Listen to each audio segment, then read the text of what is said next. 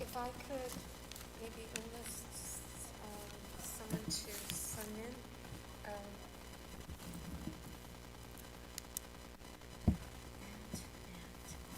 There are some handouts that are not relative to this, but it's information about Alzheimer's and warning signs and where to get help. Even at that little table in the back, is that possible? The one on the left?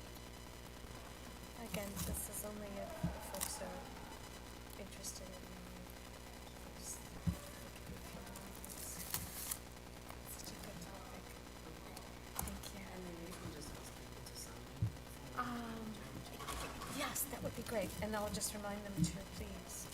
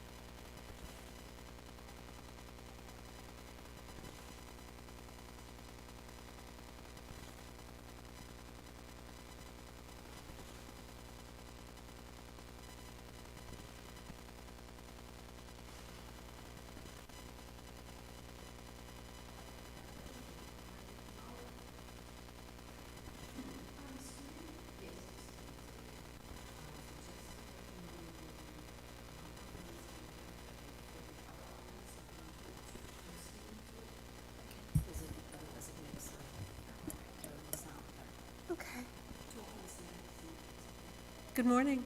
Can you hear me okay? Thank you so much for coming. Well, this is an important topic, and yet in our busy lives, we take so much for granted, like our brains. Much like my cell phone, I expect it to work. I don't really care about the dynamics and what makes it work. I just know that I will take good care of it. I'll plug it in and I'll push the buttons and I expect it to do what it's supposed to do. And oftentimes, I'm going to say majority of the time, we don't say, are you working? Are you up there? Are you beating? We just take it for granted. So I'm Deborah Ross. I'm with the Alzheimer's Association, and I've been here before, and I'm pleased to be back again. Thank you for coming and wanting to know more. I mean, if the room was full, I'd still be saying the same words, right? So I appreciate what you're going to take away from this talk. A couple of things. There's a worksheet that goes with this, and you'll hear me reference it. Tessa has that. I emailed it to her. So if you would like that worksheet, it's kind of a plan for you based on everything I'm going to share with you. Then you take the worksheet and you design it for you. Nobody else, just for you. And so just check with her. She'll email it to you. You can fill it out, print it out, whatever you want to do. Revise it, use it again. So again, our talk today is about healthy living for your brain and body. And you'll hear me say repeatedly, what's good for the brain is good for the body. That's yours? Someone's, okay. And nothing could be truer. Now, I represent the Alzheimer's Association and individuals that are living with dementia-related disease. I also represent the caregivers and the care partners. I represent research and development and where we are today in such a hopeful era of new advancements. And I also represent each and every one of us who has a brain and our responsibility. What can we do today? When you leave here today, what can you do? Make some changes, make a plan that's going to make a better brain and a better body for you. Because this is where we live. We live here. We move all of this to other places. But at the end of the day, we're still living here and here. So we want to preserve all that is working. My goal is to share with you some good information about what affects our brains and our bodies, what's good for the brain, good for the body. And these 7 bullets, it's 1, 2, 3, 4, 5, 6, 7 bullets that you see behind me, we're going to talk about those and how each one of those has a direct impact on how we live our lives, how we can live our lives. So, because this is about our brain, let me give you just a little bit of background. Stuff you probably already know. Your brain, just like my cell phone, has a little brain in there, and it thinks and does. It doesn't just do phone calls, right? It does videos, it does research, it does maps. It got me here. It's going to get me home. It's so many things, all wrapped up in one. And this wonderful brain of yours and mine does everything. Everything. How many of you like chocolate? Like chocolate? How many like vanilla? Okay. And both, yes. Country music, classical music, the color purple, the color red. I like olives on my pizza. Well, I like nothing. Yeah, I just like lots of cheese. So the preferences, but also where your memories are. Remembering back at the scary first day of school, falling in love, having your heart broken, achieving an accomplishment. All those things, those memories, emotions, all up here. So it's the control center. It also controls your blood pressure, somewhat. Your ability to blink and swallow, your reflexes, your nervous system. It is in direct correlation with your heart. And oftentimes your heart and your head do some battle. We have had some beautiful evenings, haven't we, here in our beautiful state. Wherever you live, often will have city lights. So when you look up at the sky, you don't get to see all that is there, and yet it is. We have a galaxy above us, and we have the same galaxy content within our brains. You have over 100 billion nerve cells. Good morning. Okay. This is a room of doors. Look at that. Wow. So every time I look up and I get an opportunity, if it's really, really dark out, and I think, I got that in my brain. All these nerve cells, they're brain cells that talk to each other. Now, if you're like me, and I had one last night, I was really getting sleepy, was drifting off to sleep, and then bang. Don't forget, did you find your laptop? Did you plug it in? And I started with my to-do list. And of course, all my little brain cells started talking to each other. And we were right back in operation mode. Lots of connections or synapses. Are you familiar with synapses? Yes? Okay, the little light bulb that goes off and the electricity that sparks. I had a lot of that going on. The way our brain cells connect with each other, that information travels to connect to other healthy brain cells so quickly. I'm sure men do this, but I think we women also are the masters of multitasking. We can do many things at one time. I'm sure you can, but we're just better at it. Can't help it, it's the way we're designed. So when we think about how quickly we can do multiple things, imagine the circuitry up here when that's happening, what I call sparking. I mean, we're just going. When we think about brain disease, and that's not part of normal aging, my friends. You're not supposed to get brain disease. If you have someone in your family fold that has been diagnosed or living with a dementia-related disease that affects their brain, you can understand their lives have changed because everything that you get to do, olives on your pizza, play classical music, drink a glass of wine, enjoy. They're losing that ability to be whole, to brush their own teeth, to pick out their own clothes, to know what to do with a fork.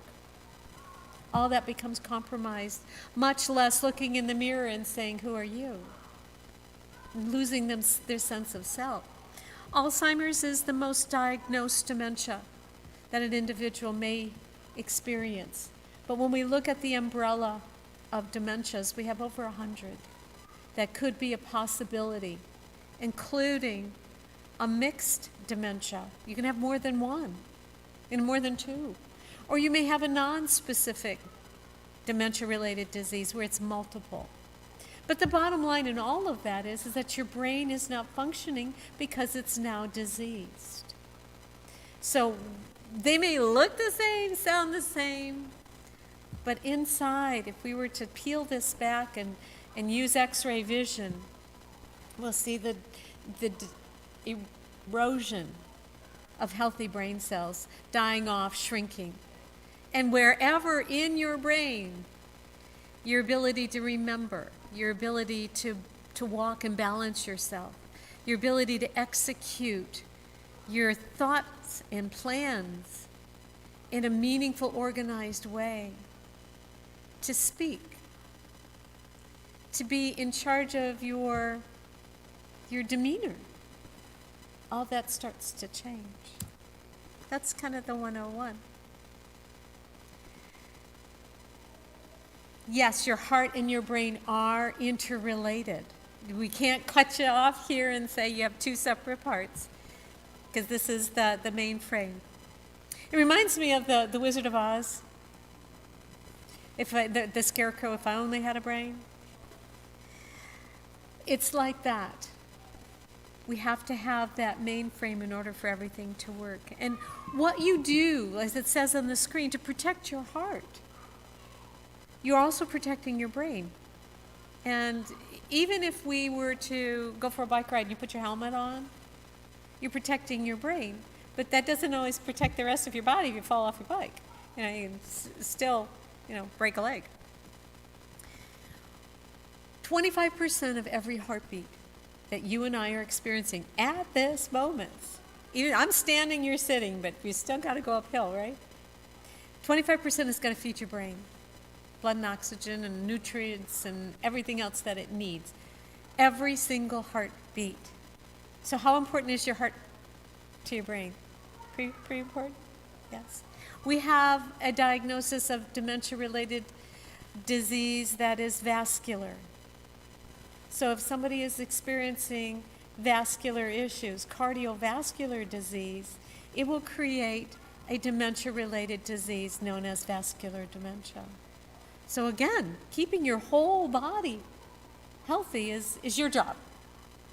You may turn that over to your primary care physician or work in tandem, but ultimately, when you leave that physician's office, who's in charge of you?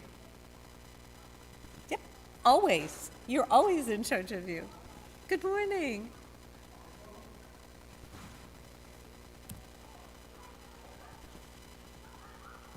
So what do you think? As a person gets older, it's possible that they will become demented, right? Just because they're getting older and they get forgetful. Is that true or not? There's a right answer and a wrong answer. Take a chance. False? Okay, how about for you? False? Okay. Good job. Because yes, the answer is false.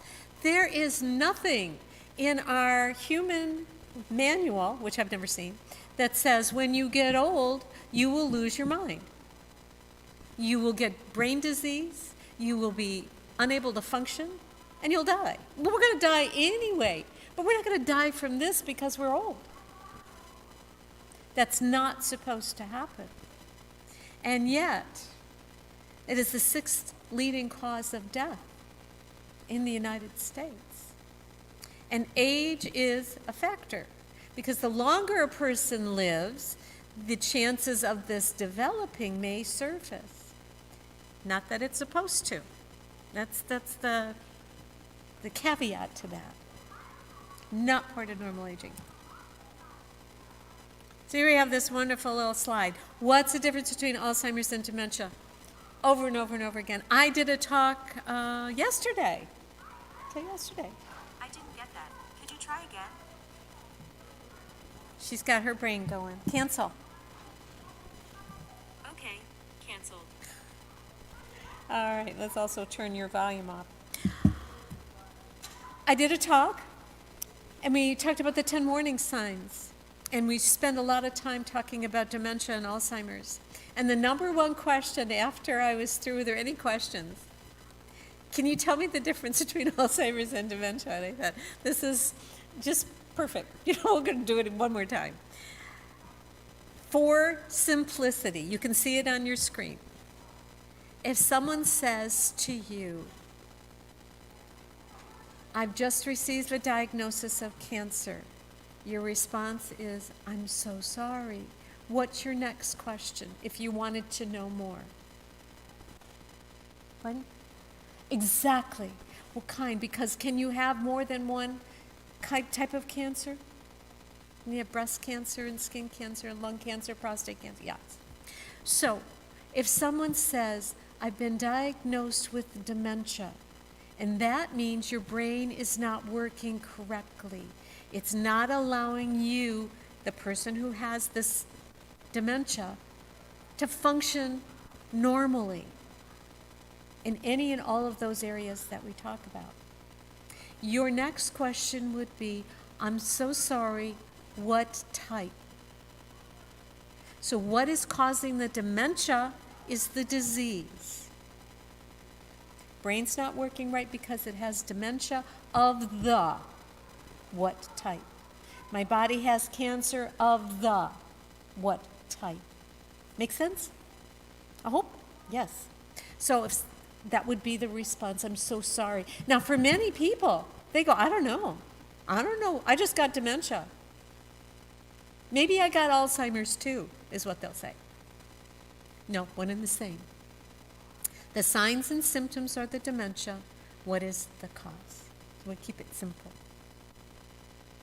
Now, what you see on the bottom of your screen is some healthy behaviors may lower the risk of dementia. Wonderful. What can we do? This is why I love this talk. I give tools. Now, what you do with them is always your choice. But let's talk about what you have.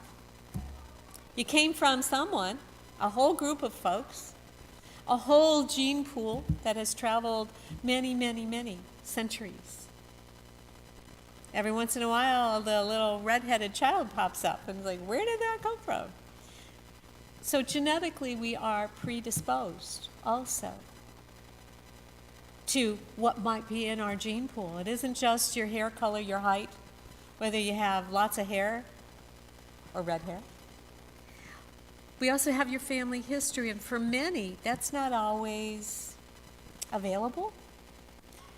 If you are adopted and you don't know your heritage, your gene pool is your gene pool, and you are who you are. Many family members didn't live long, live out their longevity of life. So we didn't know what they would naturally die of or what would surface because they died at a younger age. It happens. In the day and age that we live in today, we have all types of testing that we can do. You can test your DNA. You can go to Ancestry.com and spit in that little cup and send it off, and bang. They'll tell you all kinds of fun things about how you're related to George Washington or not. I was not. I don't think I was related to anyone really famous other than ancient people that lived a long time ago and way in Europe. So we can't change that. You are who you are, right? Things we can change, though, may be our environment, or maybe not. If you grew up in the coal mines in Pennsylvania, and your family always worked the coal mines, and that is your environment, you're exposed to all the smog and all the fallout, and that's how you raised your family and fed them and took care of everybody. You worked in the coal mines. And those folks had a horrible medical history. So environment plays a big part on that. Now here we are. We live in the beautiful state of Michigan. I love our state. It has so much to offer, including all our wonderful lakes. So if you like fresh air and you want to be near the water, you got a choice. But if you're living in like the flatlands of Kansas, you have to plan something. So your environment, the air that we breathe, the soil that your food is grown in, especially today, the safe environment. And you think about all the world strife right now. We're not bombed. We're not threatened. We're still able to walk our streets and go shopping and have a sense of, security. Not everybody has that. So environment plays a huge part. Now for many, were the three of you born and raised here in Michigan? You were not. Where were you born and raised? I'm sorry, one more time. Oh, New Yorker. All right. See, you're a transplant. You transitioned to Michigan. How about for you? Born and raised, me too. Good old Detroit. I'm a Detroit girl. When I give this talk to large audiences, you can tell that there would be much more. So thank you for tipping the scale on it. We get to choose sometimes where we live. And for some reason, if you were born and raised here, you were destined to be here, born here. Now, if you chose to go live someplace else, whether it was by choice, by necessity, you tried it for a while, but you missed Michigan, you got choices. And isn't life wonderful when we have choices? That's probably the biggest human gift we have, choices. And then there's your lifestyle, how you live your life. Are you sedentary? Are you active? Are you volunteering? Are you a professional? Do you teach? Lifestyle. What makes your life the type that it is? And we get to do that by design. How many of you, of the three of you, and I'll raise my hand, enjoy a good cup of coffee first thing in the morning? Okay. How is it when you don't have that? It's not good, right? It's like, now I got to fix that somehow. So that happens. We get into our lifestyle routines, and we as human beings don't like change. And daylight savings time is going to end, and it's going to be even darker earlier. I can't believe at 8:30 it is pitch dark. But this is us. We live on a planet, and it moves, and it's part of adaptation. I will share one thing with you. Statistically, people who live in states like Michigan that have all 4 seasons live a healthier life because we have to adapt. If you live in a constant where it's always hot, it's always humid, your body doesn't adapt, and we're supposed to from evolution. So you've got all 4 seasons, sometimes in one day here in Michigan, right? But we adapt. We also know that the orange barrels and the cones tell us you can't get to where you're going. You have to find another way. But we adapt, right? So lifestyle is a choice. It does have some limitations at times, and that can be economically driven. I don't have all the money I need to be a world traveler. Or I don't have enough money to eat properly or get the medical care that I need. It can go in many directions. And sometimes our choices are limited. And that's where resources and communities come into play. But we want to have those healthy habits so we can live the best life possible. And I think that's why you're here, is to know how to do that. If you're not already doing all these wonderful things, maybe there's 1 or 2 tips you can pick up and go, I can make it better. I can make a difference. So what we talked about was your lifestyle, your environment, your gene pool. Now let's talk about you, this vehicle that you live in. What you see on the screen have numbers, and they say numbers don't lie. Well, depends. I grew up with the saying, 3 out of 4 dentists recommend Crest toothpaste. But what you didn't know is that they only talked to 4 dentists. Not all dentists. So that is a number, that is a statistic that was used to manipulate your thinking. Well, if 3 out of 4 dentists recommend it, I should probably use Crest, which I do. I drank the Kool-Aid. It's okay. Numbers also represent and tell a story. The numbers on your screen, your blood pressure. What is your resting heart rate? What is your heart rate when you are active? Your blood sugar levels. Your body weight and body mass. They're your numbers, you own them. You live in your body, and we want this to be the best vehicle possible. And know your cholesterol level numbers. You have your good cholesterol, bad cholesterol, high triglycerides. It's fine to know the numbers, but what do they mean? If someone gave you a number and you go, oh, that's me? Well, is that good? Or is that bad? So being the educator of you, know your numbers, but also know what they mean. And if you have a good primary care physician, and when I say good, it means they talk to you. They talk to you, not over you, above you, but in a way that is meaningful and you understand, and you get to ask questions and get real answers. That, to me, is a good primary care physician. And if you have others that maybe are part of your care team of health, same criteria. Okay, this presentation is science-based. It's not opinionated. There's no videos where somebody's talking about their story. That's what I have. That's what you have me for, Heather. But science-based. So it's got statistics and it's got proven data. So this is what science tells us. That if we are not controlling our blood pressure, our body weight, our heart rates, our cholesterol levels, we put our brain at risk and our body at risk because it has to work really hard to try and balance everything out. Now, your body makes cholesterol. It's part of our makeup. We got to have it, otherwise we wouldn't function well.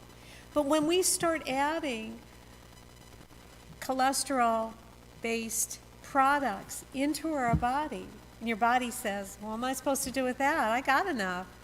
You're giving me more? Well, shoot, what am I going to do with it? I know, I'll just put it here, put it there, put it there. And before you know it, your arteries start to close up because they're packed with cholesterol. You know the circus balloons where you twist them and you make little animals with them? Do you ever blow one of those up? And you think, oh, my head's going to explode.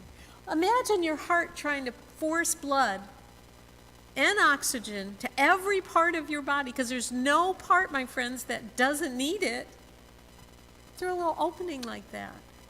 Imagine your blood pressure now, when it's really working hard. So how do we fix that? We make wise choices. We make wise choices based on what we have been educated on. So again, I don't have the manual, but there's lots and lots of pamphlets out there that'll give you good advice.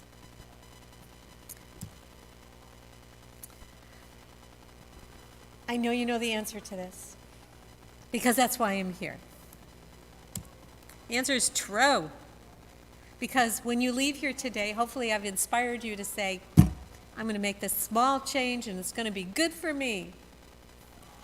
Let's talk about those 7 topics that I said I was going to talk about. And for many of us, you may not be a smoker, so you I don't have to listen to that. Or maybe you are, or maybe you've tried to quit, but we're going to talk about it because it may help somebody that you love that needs to make a change. So my favorite one of all, which I didn't get much of last night, was quality of sleep. And I find that the older I get, having a solid and a good night's sleep without getting up and going to the bathroom, and then being wide awake when the toilet flushes to say, now what? But there are so many things that we can do. I've incorporated some of these, not all of them. But you know how you feel when you get a good night's sleep. You're on your game. Your brain is rested, your body's rested, and you're ready to go. Whatever the day brings, you feel good about it because you had a chance to regroup. And that's what your body does when you sleep. Your brain gets to take a break. It gets to take out the trash. And really, that is a process. You are present every second, nanosecond of all time until you are not. Right? Was there a time when you checked out and you didn't know you were gone? So the reality of it, you are present in every aspect of time. Do you remember every aspect? Do you remember what you did 157 seconds ago? I don't. Maybe I was talking. I'm sure I was. But what came out of my mouth, I don't know. But you didn't leave. You were here. So your brain doesn't store all that stuff. It's trivial. And yet, you might have some junk in there that you didn't want to get rid of. So there's a process, a cleaning process, that your brain actually takes out the trash. That's why you feel rested and ready to start again. And perhaps there was something that you were pondering before you went to sleep, and you wake up and you have an answer or a different perspective, and you go, because you got rid of all the clutter so that you can think clearly. It's a beautiful process. This brain is amazing. So how do we ensure we get a good night's sleep? Well, this is what science tells us. We need to be mindful of our blood pressure, our blood sugars. So that, if I was to translate that, what we eat and the stress we live with. We can control that. We have to make wise choices. My favorite mantra of all, pick your battles. And the older I get, the more that I rely on that. Because most of the time, it's not a big deal. If you take a giant step backwards and see it from here instead of here, up close and personal doesn't give you perspective at all. And of course, what I said was, affects your memory. Sure does. And your thinking. So, questions for you. And you don't have to answer them. I want you to think about, though. What environment helps you sleep? Is it quiet, absolute quiet and total darkness, where there's no crack of light coming through? Does the room have to be cool? Do you have to have a certain kind of pillow? Do you wear an eye mask? Do you have sleep noises? It's in your phone. Actually, if you have a smartphone, there are sleep noises in there. I don't recommend the babbling brook. Nope. Night lights. I did a sleep study course, and they recommend red lights, those little holiday lights. Screw those in. It's a color that does not spark the brain. Now, these screens, your iPads, your Kindles, the blue screens, makes your brain stay awake.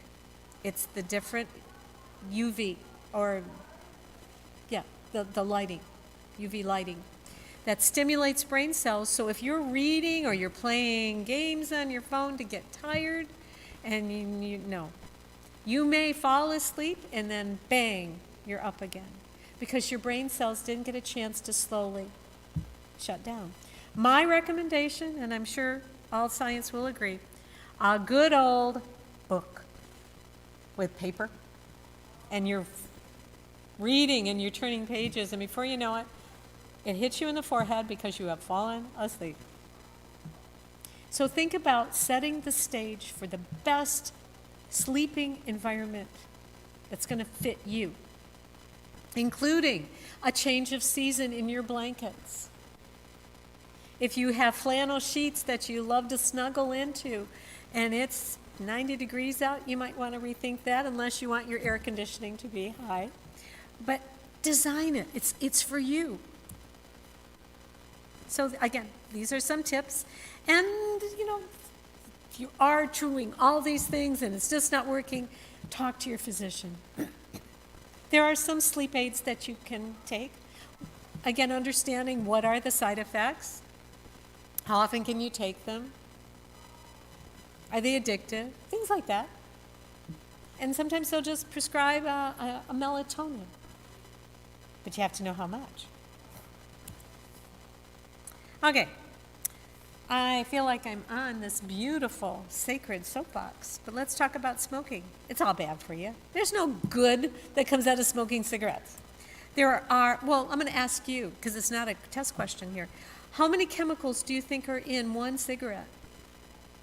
Chemicals, not the tobacco.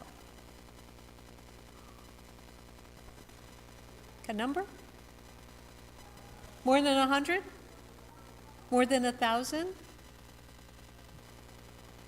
Over 4,000 chemicals. And most of them are highly addictive because it's really hard to quit smoking. People try and they have the best intentions, but they are super addictive, so you buy more. They got you hooked. So it's not easy to quit smoking, even with all the best intentions. That's why we have great smoking cessation programs. We have support groups. We have medication that will help balance out that desire. Because smoking affects your lungs, and if your heart is going to send blood and oxygen up to your brain, what kind of quality oxygen are we sending? The kind that will kill off brain cells. So again, if you know somebody that is struggling, we have avenues to help. It is a long journey that needs lots of support. And it may mean that the person isn't just physical support, but there may need to be some medical interventions to help them along the way. Good news, after 48 hours of non-smoking, just 48 hours, your lungs start to heal themselves. Now, depending on how severe the person was smoking, something with alcohol consumption, right? How severe, the healing process will start. Now, will they be fully recovered? Depends if there's damage. But this is the beauty and the miracle of our bodies. We regenerate ourselves all the time. And we heal, mentally, physically. Which brings me to mental health. During COVID, you remember COVID, how awful that was? I was reflecting back on that too. How being separate, not being to hug somebody, having to stay 6 feet apart, wearing a mask. I had such a terrible time, and you are wearing one right now. The breathing of that, and yet it was necessary, and I appreciate for whatever reason you're wearing it, it's for you and your respect of others, so thank you for that. But at one time, everybody wore them, and didn't they have designer masks, right? With your name on them, little faces. My goodness, they made it industrious. But mental health is about taking good care of you, putting you on the top of your to-do list. That's a choice. And for many, oh, I can't, not yet. I've got so many people to take care of. It's just not time for me. But I'm okay. I'll be all right until you're not. And then all of a sudden, you are the top priority in the ER because you've put yourself on the bottom of the to-do list too long. Mental health has to do with having peace in your mind, feeling settled and centered. And yes, there will be road bumps. But if they are small enough that you can ride them and know that in those resting moments you're taking good care of yourself. Because self-neglect can creep in so very easily. And if you're at dis-ease, it will have an effect on the health of your brain. The chemicals in your brain will be affected. So what can you do?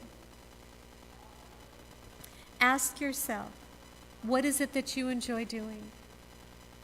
And when I asked this question of many of my older community members, it was, I used to, and that's how they start the sentence. And it brought them so much joy at one point in their life, but they can't anymore. In the senior center, she was 92 years old, and they were throwing a little party for her because she's probably the oldest member in the group that still actively comes. And she stood up in front of her friends, and she raised her arms, and she gracefully bent down and touched her toes, and they all went, they clapped and said, "How can you do that?" And her answer was, "I never stop." If you find things that you enjoy doing, please don't stop. I want to be that 92-year-old, like the Wizard of Oz, riding my bike, da-da-da-da-da, da-da-da-da, and that's what I want, and that's my goal, to keep on keeping on. And I will do everything I can to preserve that ability to do so. Fear often takes away a person's joy. Fear is a horrible driver. We have to justify fear. It is a darkness that we can override with truth. In fact, build in breaks during your day. Please honor your body. If you're going strong, can we honor, hydrate, take a break, meditate, listen to some music? 15 minutes, what would that do? It would rejuvenate. It says to you, you're important. You're valued. And if you're waiting for somebody to tell you that, it's got to start here, right here. Because if someone else tells you and you don't believe it, your response to them is, oh no, that's no. You look nice. No, I don't. Because we don't believe it. So self-work. See? Right there on that sticky note, take a nap. Go for a walk. Not only do we have this beautiful state of Michigan, we also have safe places to take a walk. And being out in nature allows you to connect with your planet. This planet provides life. We don't live on Mars. We don't live on the moon. This planet provides us with everything we need. We're just not good at taking care of it, but it's there. Now, I'll give you a little sidebar if you don't know me. I'm retired from caring for individuals living with dementia. That has been a good portion of my life. But my career has always been in healthcare, from well seniors to well community members to our aging population. And then I got to zero in on the last almost 2 decades of a specific population affected by dementia-related diseases. But on the flip side of that, how did I keep myself sane? How did I not prevent burnout? I dance. I'm a dance choreographer. I've been dancing for, my daughter, 42 years. And I will tell you, the ladies that dance with me have been dancing almost that long. And we talk about the benefits and sweating, just good old glistening, and the endorphins, and the movement, and the vascular, and the happiness that it creates. Is everybody good at it? But we have fun. Find something that moves your soul. If you like to bake, bake. And then feed your soul by distributing, sharing. Laugh. Do you know what an endorphin is? Good. Because when you see your next little yellow smiley face, the 2 dots and the smile, that's what it looks like mentally.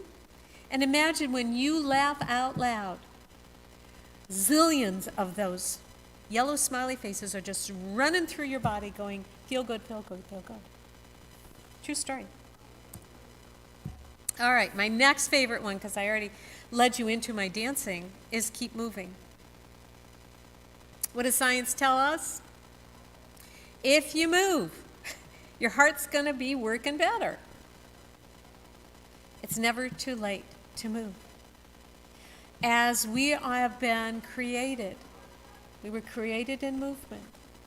And for most majority of humans, we were birthed through movement, with exception, yes. And once we got our little autonomy bodies going, we realized we could sit, stand, walk, run, and then they were gone. If you've ever had a 2-year-old in your care, you know, they're gone. And they have those little independent legs that says, I am an independent person. I haven't a clue where I'm going and how safe I'm supposed to be, but watch me run. And then we put them in kindergarten and we say, sit still, be quiet. What is wrong with that? Right? So we have been groomed over many, many, many traditions to sit and be quiet and be obedient, and that is nothing more opposite than what we should be doing. Let's sing, let's dance, let's move, let's learn. As human beings, please make that part of your life today. Move, learn, be. It will help your heart, all your joints, all your muscles, and your mental well-being. Questions you ask yourself. This is part of your worksheet. What activities do you want to try? I hear pickleball is supposed to be lots of fun. I don't know. I've yet to try that. How can you build it into your day? It may be that you park at the furthest parking spot in the grocery store and you walk. Many of you may purchase, and be careful, on your Fitbits. They're fine to have and they look really cool on your wrist. Count your steps. And not to feel guilty if you don't get all your steps in, is my point. It's a tool to help you, not a guilt vehicle. And please, do it with somebody, because you're the cheerleader, they're the cheerleader. And while guilt has no purpose, it can be a driver. I'll feel guilty if I don't go. I go to dance. I've been going to dance. I teach twice a week for 42 years. I do it for myself, but I also know there are people waiting for me. They're my cheerleaders. What do we got next? What songs do we have? And their enthusiasm is my enthusiasm, and it's a circle. And this is what happens when you pair up with somebody of liked interest. If you want to walk with somebody and they don't like to walk, good luck. So you got to find your people. So here's some sticky notes. Short amounts of physical activity add up. If you walk around the block, and then, wow, that was challenging. But you do it again. And maybe on the 5th trip, you find a longer block. Or somebody says, I see you walking every day, can I join you? Or would you like to join me? Now, I don't use the word diet, just like I don't like to use the word nursing home, because it's preconceived as a negative. It's there on your screen. I like to refer to it as our eating plan. You have to eat. We have to fuel our bodies. And with that comes choices in everything. As I said, that's the human gift that we have. What's good for your heart is good for your brain. What's good for your brain is good for your body. All that. We have the most amazing opportunity here in our nation. For the most part, I'm going to have exceptions to that because there is hunger. On the radio, they talked about it being food compromised. Children are food compromised. And I think they are starving. They're not getting their food. They're not getting breakfast. Maybe they get one meal a day at a gas station. This is the great nation, too, that we live in. But if you have opportunity to go to the grocery store and choose what the earth has provided, this beautiful planet. Earth did not make donut trees. I've yet to see one, but boy, are they good. I get it. Chocolate cake is wonderful. The whole cake is not. So finding your sweet spots you like, but is it the whole? How we cook our food. You can fry table legs, my friends, and they taste good. But when you fry something, you also lose all the benefits. In fact, it's replaced with other things. So balancing life, balancing stress, balancing obligations and relationships and yourself. Balancing your diet, being able to make wise choices.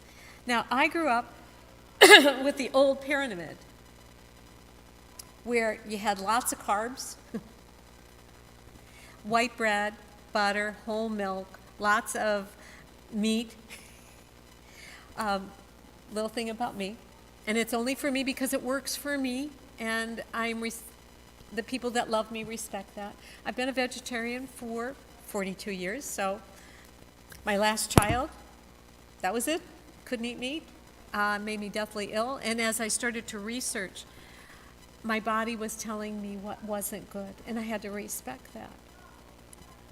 And ethically for me, it works. It gives me the peace of mind that the choices I make meet my values. Now, that isn't true for everyone. I am married to a carnivore, so I have to balance that out. And I give blessing to the animals that have said, sure, I'll be your next meal. And I respect that too, because this is our way. But I get to make the choices for me. When we make healthier choices, and I put IER, healthier, you're going to see some benefits within your body. Your cholesterol levels will change. You'll lose some weight. You'll be more physically active. You'll be more enthused about life. We have these two recommended diets called the DASH diet, the dietary approach to stop hypertension, and then the Mediterranean diet. Now, can't beat that. The Mediterranean diet is the way to go with all the spices and the variety of nuts and grains. Limiting the amount of meat or animal products that your body is consuming. Unfortunately, the latest statistic that came out from our International Alzheimer's Conference, this is around the globe.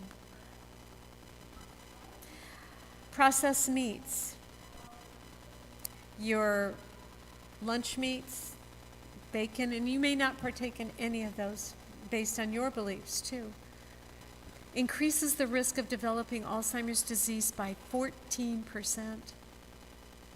So if you're not partaking, you can take that 14% right off and say, not me. And that's a good thing.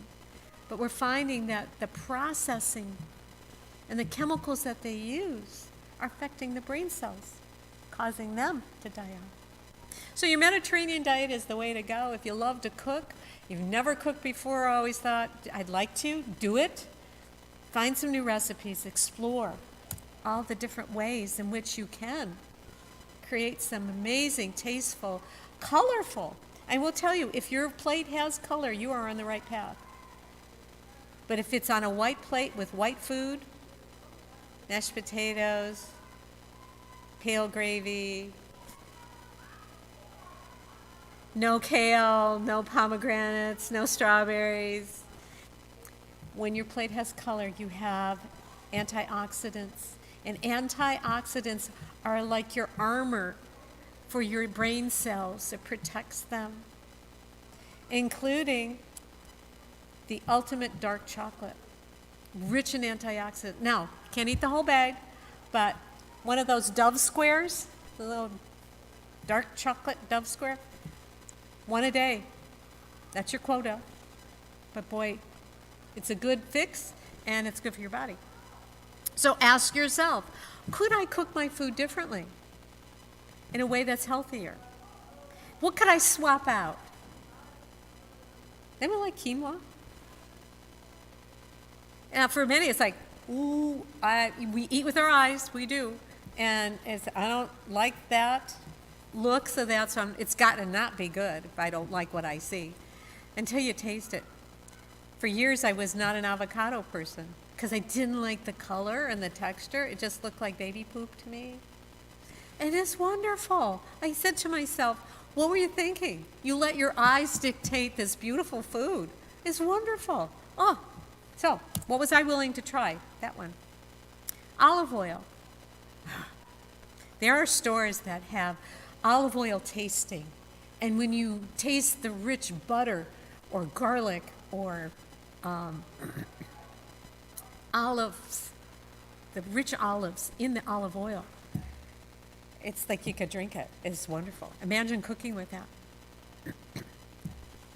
Spices, as I mentioned, instead of salt, we don't need salt. It really messes up your body system. But there are so many other flavors that you can put. So again, lots of color. I do have to include this little disclaimer. There are products out there that sell you hope, that claim that they will cure Alzheimer's disease, you will see in the dark, you will do amazing things. They're not FDA approved and regulated. The quantities that you have, the milligrams, excuse me, are often misleading. 10,000 milligrams of vitamin D will kill you. How do I know? I was getting older and I wanted to boost up the density of my bones. A recommendation was vitamin D. So I looked at the racks and I thought, I don't know, so we'll start there. So I had my blood work done and she went, oh my goodness, what are you doing? She said, they're off the charts. She's just supposed to have 500, not 10,000. So I made that adjustment. Numbers came down. Know your numbers. Make wise choices. Ask questions. I should have. So I can use that as a disclaimer and a story. But again, be a savvy consumer. Make your pharmacist your best friend. Those folks know drug interaction, what the products are, if they're good or not. I have people talk to me all the time about prevision. And they say that it boosts your brain cells, you're clearer, you think better. Okay, but it doesn't cure Alzheimer's disease. And that's the misleading factor. Will it prevent Alzheimer's disease from happening? No. It is a disease.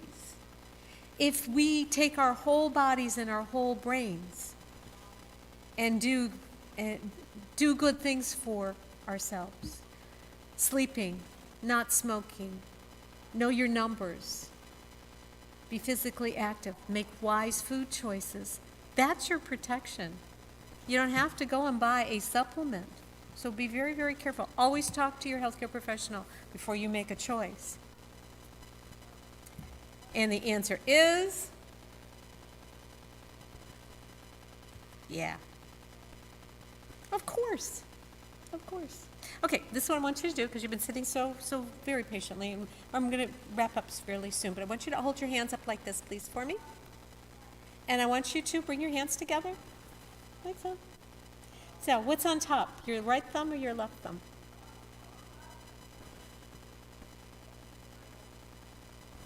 Okay, now, I have left. I want you to open your hands again, just like you did. Purposely put the other thumb, re-thread your fingers. So you have the opposite. How's that feel? It feels weird, right? It's like, no, it's got to be this way because this is the way it goes. I just challenged your brain. And your brain said, no. We chew, most likely on one side. If you carry a purse or a wallet, we have our favorite shoulders. And what we need to do is to challenge ourselves to not go with what feels good. Challenge yourself. Mix it up a little bit. So when we challenge our brains, we start to strengthen the pathways between your brain cells. They talk to each other. Strengthening the pathways, it's like building new roads. So, how do you challenge yourself? Well, we have what's called cognitive engagement, and that may be starting something new. I am horrible at Sudoku. My brain goes, ugh. But I love other things. I love crossword puzzles. I love jigsaw puzzles. I love to solve anything that has to do with words. But I don't go to the easy ones. If you are a master at Sudoku, get a harder version. If you like crossword puzzles and you're done with them in like 3 minutes, pick a harder one. Challenge your brain.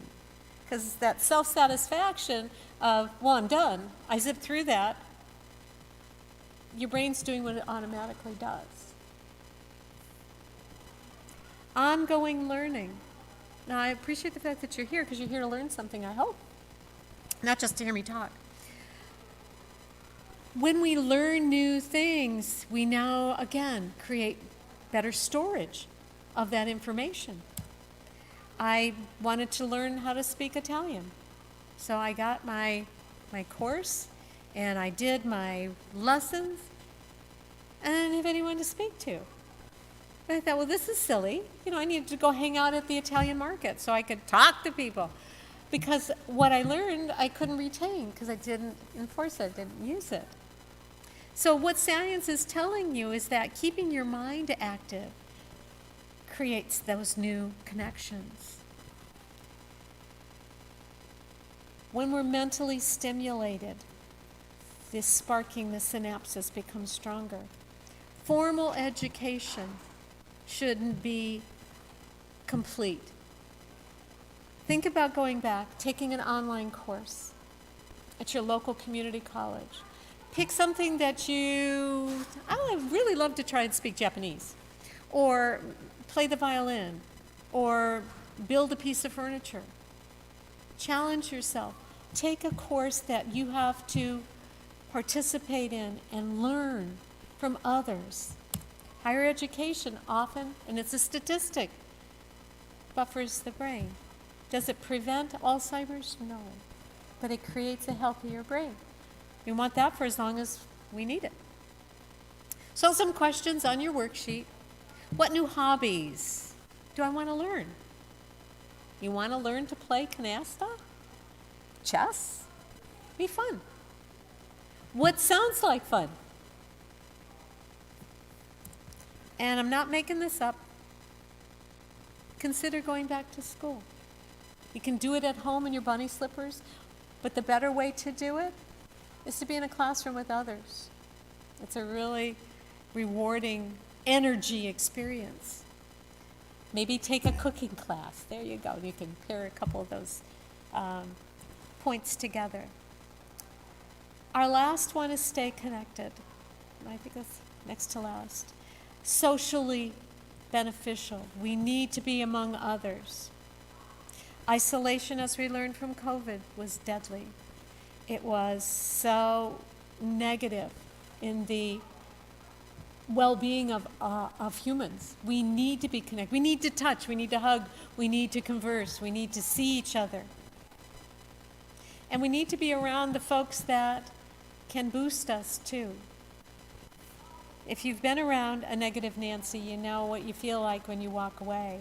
It's like they transfer that negative energy and say, here, you carry it for a while. I don't want to do this anymore.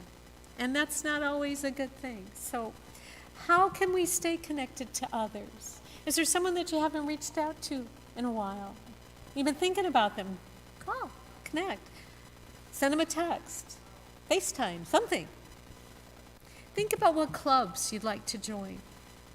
Now, all of this is in your worksheet, and we make little steps. Maybe it's a phone call to your local community center, or maybe something that's here in your beautiful community. Maybe it's something you're already doing and you want to bring somebody else in. So what are tips that we say? Volunteering. I am here as a volunteer because it feeds my soul to help others learn more. I traveled this state. I'm retired now, so I can do that. But to be honest with you, while I was working, I did this too. It's part of what feeds me. So that's important, and I need to honor that. So again, find your piece, your drivers, your sparks. So these are the 7 areas that we talked about. And it says here, you can, by making healthy choices here. And your worksheet that Tessa has, you'll be able to play with that. It's not real complicated. It's 4 sheets, big print. One more. The Alzheimer's Association is a nonprofit community resource. We specialize in caring for and providing resources and direction for individuals living with Alzheimer's and related dementia diseases, as well as their caregivers and care partners in our communities, in our LGBTQ communities, in our low-income communities, everywhere. We are across the nation, not just in the state of Michigan. Our 800 number is manned by master clinicians. They're trained in over 200 languages, so no one feels alone. 24 hours a day, 7 days a week. Our website, alz.org, 6 letters. We have the latest and greatest on research, our newest drug that was just approved in July, that is now for the first time ever showing at least a temporary stop of amyloid plaque from building in the brain. Up to 2 years of no growth on test individuals. So we have reached this point where we've now on to a better future. So our research is online. All of the money that we raise goes to research and to help our communities. We have on here many, many programs. If you go to Community Resource Finder, type that into that little search bar, it's going to tell you what's going on in our community based on your zip code, what support groups we have, what educational programs we offer, different programs that will include maybe taking a loved one with dementia to the DIA or the DSO or to the zoo, or to the ball game. Lots and lots of opportunities to interact. We're very community oriented. And again, endless information. So with that, do you have questions for me? Did I give you some things to think about? Yes? Lots of things to think about? Even if you, when you take your worksheet and you sit down and go, nah, I'm just going to focus on one of these. Maybe it's getting a good night's sleep. And see what that, once you achieve a good night's sleep, you might be more willing to say, well, what else can I do? I feel pretty good. And I'm feeling really good now for about a month. I have more energy. Maybe I will go for that longer walk. Or maybe I will sign up for a cooking class and find out what else I can make that's yummy. Or consider growing your brain, going back to school, take a class. One class. Teach a class. Even better. Other questions? Any questions? No? Okay. Please see Tessa. Give her your email address and she will send you that worksheet. And I do thank you for your time. And I don't know if I have streamed to anyone. But thank you for coming. Whoever you are. I hope you have a wonderful rest of your day. It is, I think much needed rain is coming our way, which is fine with me. You don't have to do anything with rain. You don't have to shovel it or put it somewhere. But bless the earth. Bless you. Have a wonderful rest of your life. Hope to see you again sometime soon. You're welcome.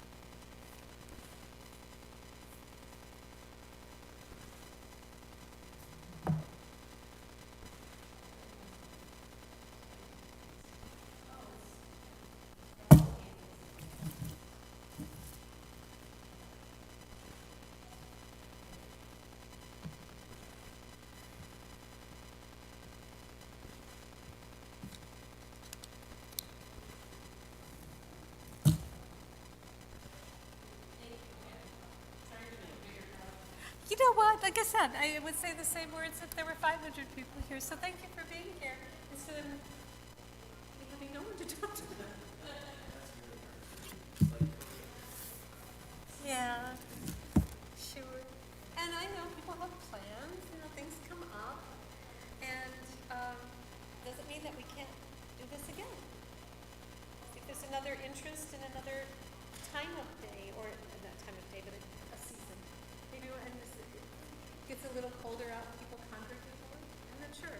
The days are still beautiful, so perhaps there are